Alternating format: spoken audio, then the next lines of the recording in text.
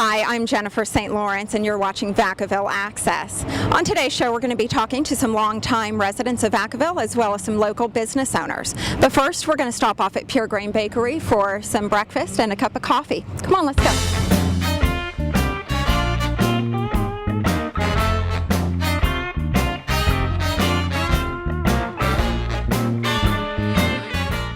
Michael, can you tell us a little bit about your business? Yeah, we came about 16 years ago. We came from Germany to California, and we opened our first German bakery here in town. And now here, after 16 years, we opened a second location here, our cafe on Town Square, and it's going pretty well. And that's pretty much it. Why did you decide to settle in Vacaville? And Vacaville is actually a small community, even with a big town. It's a big town, but a small community feeling. Vacaville is very good, central located. If you want to go to San Francisco, if you want to go to Sacramento or in the East Bay, which does our distribution, we have like 4 delivery trucks, and mapping it out, I was convinced Vacaville is a good central point to deliver throughout the Bay Area. And can you tell us a little bit about some of the entertainment that can be seen and heard right outside your bakery doors and the town square? Oh yeah, we have a lot of entertainment. It starts with the farmers market. Same time when the farmers market starts, we have town square entertainment. Wednesdays and Fridays we have bands playing out there, musicians and different performers. Then we have the Medieval Festival coming up in April. After that we have I think we're going to be the next one. We have then a Rock and Roll Festival coming up, and an Oktoberfest in September and October. And then, of course, I think in June, then we start our Quick Walk Festival. And this goes throughout the whole season. That sounds very exciting. Thank you so much for taking a few minutes out of your busy day to discuss with us a little bit about your business and Vacaville. Thank you. You're welcome.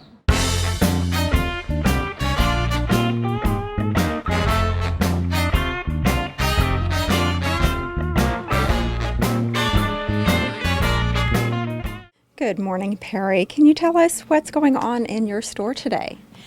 Well, today we're having a purse class.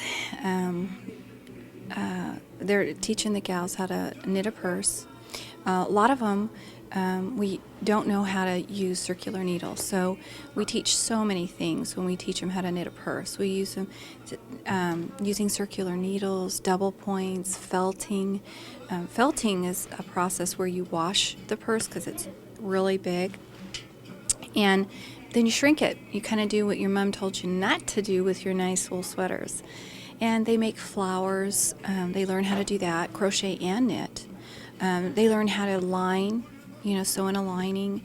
They learn how to make an I-cord. It's what we call the handles. They learn, sometimes some of them don't even know how to purl. So they learn that. They learn the stockinette stitch, which is actually knitting in a round. Normally a stockinette stitch is you knit one, you purl one. But when you knit it around, you're automatically doing that. So they learn all kinds of concepts in knitting a purse. And that's what we're doing today. What kind of things would a beginner need to purchase to start knitting? Is this an expensive hobby to begin? Well, it goes from quite frankly, depending on the needles you would like to purchase. And I'm going to include yarn in that, okay? It could go from anywhere from $16 needles in yarn to $48 needles in yarn. And that's buying 2 balls of yarn at any, price range. We have some little colorful Crystal Palace colorful needles, and it depends on the instructor. 2 of our instructors require 8 or 9 size straight needles and some light colored worsted weight yarn, because until you learn get the hand and eye coordination, you need the light colored, you need to see your stitches. Other instructors, which this store follows, we use chunky yarns, so we use needle sizes from 11 to 15, sometimes 17, depending on the chunky yarn that they use, but it still has to be light colored. But they will start them on washcloths, which is a highly used cotton yarn, of course. And some of our chunky yarn here that's in our background, you can see some of the the light colors. Certainly not the variegated, because stitches can get confused, all wrapped up in those different colors. So we pretty much like to stick with the solid colors. Okay, and do you have any upcoming events that you would like to invite the community to? Well, one we've really been struggling with, and that is our Knitters Night Out. All knitters, crocheters. I know it's called Knitters Night Out, and that's my bad on the newsletter, but it's knitters and crocheters. We invite you both. It's the first and third Friday, and it's an awesome time because the first Friday is we serve popcorn and we have a movie, no butter. And we'll watch a movie, or maybe if somebody has a video of nitty gritty where we can all learn something, we just have fun. And sometimes there's a raffle, and depending on what new things we get in, or a door prize, The third night is the huge night. Nobody showed up for this one, but the huge nights are about $25. The third Friday of every month is normally $5, and that's just for food. Because we serve food, and then sometimes if there's a project, we'll include a kit of some new yarns and some needles and kind of fool around with it together. And we'll have a game, and we will also have a raffle, and that is it's the third Friday of each month, every month, and it is 5:30 to 7:30 ?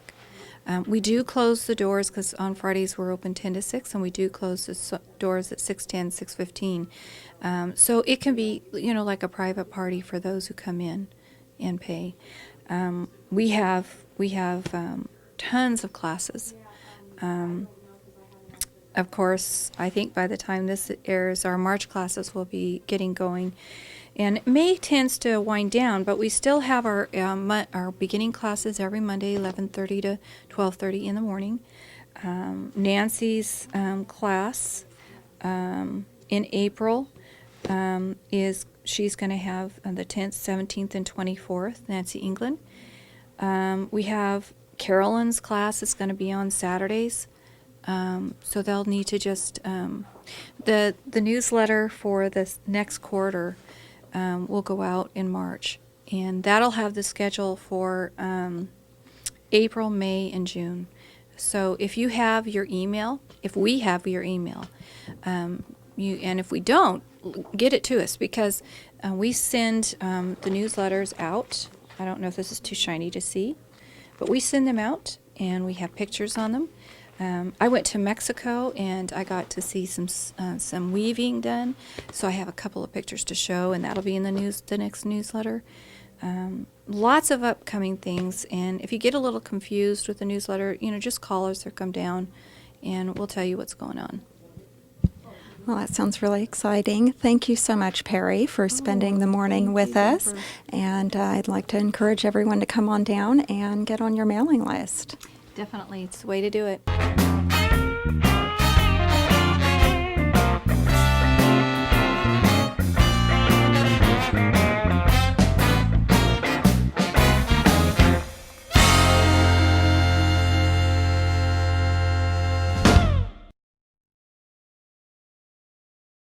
Hello, I'm Dave Baker in beautiful downtown Vacaville, standing in front of the Vacaville Museum. We're going to be going in just a moment to talk to the executive director of the museum, Shawn Lum. We're going to go in and see the new exhibit, Wish You Were Here. So let's go on inside and see what we see.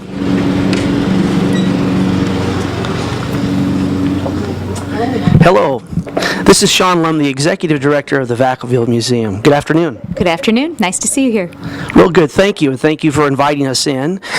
If you just lead us through and let us know a little bit about the exhibit, the new exhibit, Wish You Were Here. All right, I'd be happy to do that. Come on in.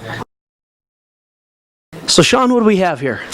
This exhibit is about travel and tourism in and out of Solano County. So we titled it Wish You Were Here in order to indicate, gosh, we wish you were here. Lots of us have traveled through years and years of experience in this community all around the world, and this exhibit is about that. So one of the things we have is a Vacaville Inn, a motel set up just as it was, right on the edge of town in Vacaville. These are the actual furnishings from the Vacaville Inn, the blankets, the chair that would be in your hotel room, the hotel register from 1940, and how much you would be charged per room. The keys are all authentic. That's a photograph of where this particular hotel was, which is across the bridge at Alamo Creek on Butcher Road. So this is a typical hotel, a place you would come and stay if you came to Solano County. A little point of interest here. You said we could see how much it was going to cost. Sure. Let's see this here. I'll check you in. So you can look here. It'd be $2 a night if in 1940 if you were one person. Now, if you have a couple other people, some of these people were paying up to $3 a night. Wow, that was the elite rooms, correct? There you go. Pretty nice digs here. Now, how does this, as far as dating back, the Vacaville Inn, what was the year? This is 1940. This hotel was open for a period of over 20 years, so we have some things that go all the way into the 60s as well. But Eleanor and Harry Nelson were the proprietors, and they were very happy to have this hotel. Relatively frugal people, didn't have a lot of the newest things all the time, but kept it clean and neat, and they were very, very popular. How large? How many rooms? A number of rooms. It was a pretty decent sized hotel. They even had their own coffee shop, and this is the actual business card for the coffee shop itself. So that they were a full service hotel, and they also had some other things that were nearby. They were very close to the swimming pool here in Vacaville, which was a draw. I see. They called that the plunge because it was an unheated pool, but it was a place that many people growing up in Vacaville rode their bikes to the pool. People staying in this hotel would have swam in the community pool. It was a big place to be. Good food, good service, price is reasonable. $2 a night, I would say that's very reasonable. It's pretty reasonable. What do we have over here, Shawn? Well, these are also furnishings from that same hotel, including the Gideon Bible that would have been furnished by the Gideons in your room, the postcard of the hotel itself, this is the Vacaville Inn from the exterior, some of the stationery that might have been in your desk. Just as you would check into a hotel today, most of these appointments are pretty familiar to all of us who've traveled, and it's pretty typical of the 40s, 50s, and 60s that your room might be appointed this way. And in earlier years, we have some hotels that you might want to just kind of note that hotels had been in this in Solano County since the Gold Rush days. So the first hotel built in Vacaville was put up by Luzina Stanley Wilson, and she was quite the pioneer woman. She actually came out in 1849 as a Gold Rush pioneer, and when her husband wasn't terribly successful in gold panning, she started cooking and lending space as the first hotel. So we credit her with quite some prowess in this area. She described some of her first hotel accommodations in some of her own writings, and it's hilarious. She called it, she put up a char firebrand on a piece of wood and labeled it Wilson's Hotel. The accommodations were pretty scanty, but were hailed with delight by the traveling public, which had heretofore lunched or dined on horseback at full gallop or lain down supperless to sleep under the wide arch of heaven. So she's pretty poetic about just giving them a campsite, basically. Right. Now, we probably need to note that this museum is not just for Vacaville, but for the greater Solano County, That's correct? right, and I'm glad you bring that up, because it is difficult with our name, Vacaville Museum, to recognize that our mission is to collect, to preserve, and to teach the history of Solano County. So we do history and culture for all 7 cities in Solano County, and I like to try to make sure everybody outside of Vacaville recognizes that we are the community museum for them, meaning Benicia and Dixon, Fairfield, Vallejo, some of those areas that maybe are thinking to themselves, gosh, do we have a museum? But you do. and we've been here a little over 20 years collecting and preserving and teaching community history. Real good. Yeah. But probably a point of interest and some pride. It might be for the greater county, but it is found in Vacaville. That's right, and we are housed in a building that belongs to the city of Vacaville. So good. it's their building and it's our collection. It's a very nice cooperative deal. I see. That's Well, right. Shawn, tell us about these benches and seats here. So if you were going to come and travel in and out of Solano County, you had to get here. So how did we get here? And this portion here is all about transportation.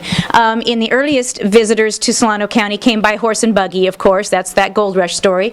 But Because Solano County is bounded by water, there's an awful lot of service by boat or steamship and by ferries. This is a ferry seat from one of the ferries that brought visitors to Solano County via Vallejo, but also Benicia across the Carquinez Straits required some very major ferry service. And you can see that on some of these photographs that you're looking at, these are trains that were actually loaded onto ferries.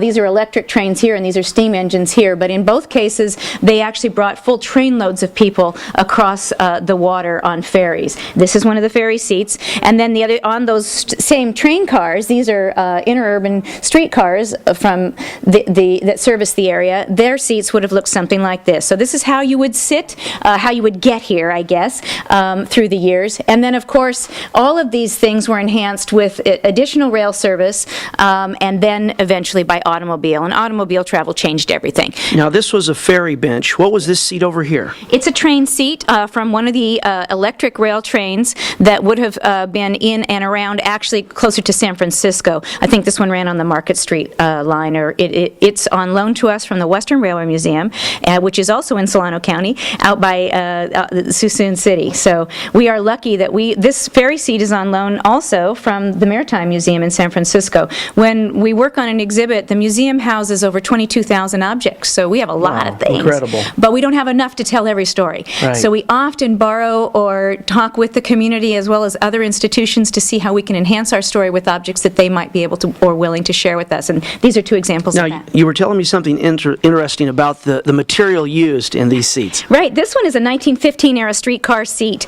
and it is actually made of rattan, which is like a straw-like woven material. Right. But you look at it now and you think, well, it doesn't look very comfortable. No. But it was selected because it was very porous, lightweight, and because it didn't absorb smoke. And the odor of smoke was a problem in indoor settings, especially trains, pretty tight little space, in the early years of train travel, and they didn't want their seats to smell like smoke, so they chose something that didn't absorb it as well. Of course, later on, this is 1915, by the 1920s, ladies' skirts started to raise. Ladies didn't like to have their hosiery caught on the edges here. By all means. And oh my goodness, then they had to use cloth seats after that. Correct. Well, let's move on over here. This really caught my eye when we came in earlier. Why don't you tell us a little bit about this automobile? Well, sure. This is a restored Model A convertible truck, and it's about a 1931 model. It's on loan to us also from a member of the community. This has provenance in Solano County from its inception, meaning it's always been here in Solano County. It currently is owned by a man named Jimmy Rollison, who is so generous to lend it to us. He bought this truck when he was 13 years old, and it was so rusted out, he just wanted it so badly. But it was so rusted out that it didn't even have seats in it, and he just sat on fruit crates in order to drive it to school. But of course, at 13, he didn't even have a driver's license. He had some vision. Yeah, he did. And he's completely vision. restored it now. It runs. They drove it here to the museum in the pouring rain. Wow. And it's on exhibit with us. That's beautiful. And the little outfit in front of it is a woman's duster. Because automobiles became the method of travel for so many people, we also had to adapt fashion one more time.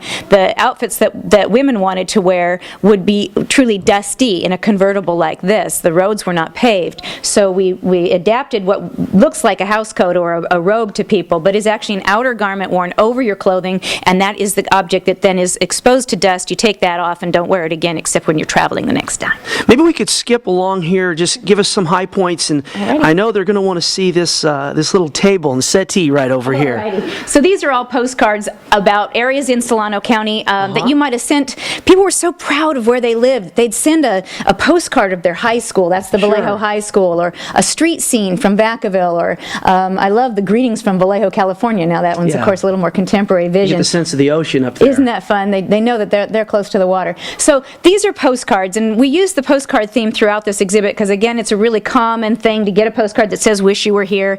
And then as you go through and think about, well, what did people come to Solano County to see? One of those things might have been the nut tree, and that's what that booth is that you were talking about previously. Vaca Valley Road Races. And the road races. Now, that's new to me. Hugely popular. The road races were in Vacaville, pretty much at the border, maybe between the edge of Vacaville and Dixon. And this was they did drag racing there, they did road races of all kinds on weekends. The whole hillside would be just covered with viewers. Just hundreds and hundreds and thousands of people would come and just watch these cars race. Wow. And it was they had published their own official programs. It was quite the hobby. This is an outfit that one of the racers, he raced a Porsche. This is from one of our neighbors here locally in the community, also on loan to us, Trent Lowney. And he raced Porsches out there. That's the helmet he wore, as well as his jumpsuit. And this was a big deal. People would come out from the Bay Area just to race their cars. So this may have very well laid the groundwork for Sears Point. I would say that it was the kind of thing, the hobby that we have now. Sure. Very good. Prior to those kind of things, we also had horse racing, sulky races down in Vallejo as well as in Dixon. So, this is really sort of the more contemporary version of the horse racing that we all kind of... A lot of history. And then this is all about the airports. School of Flight. So learning to fly, and the fact that there were multiple airports in Solano County. Flight became a very, very big travel element. And here at Nut Tree, there was the Nut Tree Airport was probably the most famous of the airports. People flew in from all over. You're looking at a photograph of the blimp landing at the Nut Tree Airport. So this is Nut Tree itself. The blimp came, and it was a very big deal. These are one of the early barnstorming flights, when flight was just being sort of projected out to the general public. These people would just fly into fields and land and tell you all about the thing that they just did. And then, of course, there was a glider port as well, closer to Lagoon Valley. And this is related to Henry Power, who taught lessons in gliding at the glider port. So A photo there looks like a father with a son or daughter. Or This is travelers. This is very early. This is the late 30s. Very nice. Yeah. Now here we go. This is gonna ring the bell for everyone in town. I hope most people recognize this. This is the authentic Nut Tree dining room booth. Wow, and if you ever ate a dinner or a breakfast or lunch, just stopped off at Nut Tree, this was your table setting for a number of years. These are the original Ames chairs, Really? Ames designed chairs. This belongs to the museum. It's part of our permanent collection. I've talked to you about a lot of things that we've borrowed or loaned for this exhibition. This is part of our collection, including the booth covers. The booth itself belongs to the museum, as does all of the plateware. And Nut Tree was very innovative in its service of food. They focused on fresh fruits and vegetables. They had the little Nut Tree cutting boards just for the bread that would be served to each diner, the little butterfly plate for condiments. At the back of this particular exhibition section, we have one of the breakfast menus from the late 1950s. The museum has in its collection over 7,000 Nut Tree objects, so we have a lot of things from the former I'm Nut sure Tree. this is sparking and stirring a lot of memories while people are I hope watching. everybody remembers what it is that they had that day that they were there last. Because, of course, the new Nut Tree is now there, but there's no restaurant. So Right. we're very glad to be able to remind people about the experience that was almost a quintessential travel experience along Highway 80. And we talked about car travel changing everything about travel. The highway system certainly made Nut Tree possible because it was right along the highway. Well, Shawn, we want to thank you very much for inviting us in today. You were well informed, and you gave us a lot to think about. What are the hours, and what do people need to do to come down and enjoy this exhibit? Well, this exhibit is here for you. So all of your viewers have an opportunity to see the museum. We're here from 1 to 4:30, Wednesday through Sunday. So the only 2 days we're closed are Mondays and Tuesdays. We do school tours in the mornings of any day, so they need to call ahead for school tours, but otherwise just come on by. We're located in downtown Vacaville at 213 Buck Avenue, which is in the historic Buck District, right outside of downtown Vacaville. And we're here year-round. So we're very happy to have people come on by and see the rest of this exhibit and maybe the next one. Real good. Okay. Well, for Shawn Lum, my name's Dave Baker. We want to thank you as we took this little tour through the Vacaville Museum, and this theme at this time, Wish You Were Here. And Shawn wishes you were here. Thank you. All right. Thank you. David Rodgers, I understand that you run the Horizon Arts Group for Vacaville Youth. Can you tell us a little bit about your program? Yes, I founded Horizon Arts Group last March, and we decided to focus on programs for all ages, but more of a focus on youth programs. So we developed programs like art contests, scholarship programs for seniors in high school and college students, as well as a standard theater program and art exhibitions. And David, can you tell me more about the scholarship program that you run through the program? It's an annual scholarship program that is for seniors and any college student that is from Solano County. What they do is they fill out an application, and performing arts students have to perform in a show where our judges see them, and our visual arts students have to create 3 art pieces that they put on exhibition. So they do that, the judges decide, and we award 4 to 5 scholarships based on the income from the show. And so they can range from anywhere from $500 to $3,000 depending on sponsors and how much the show brings in.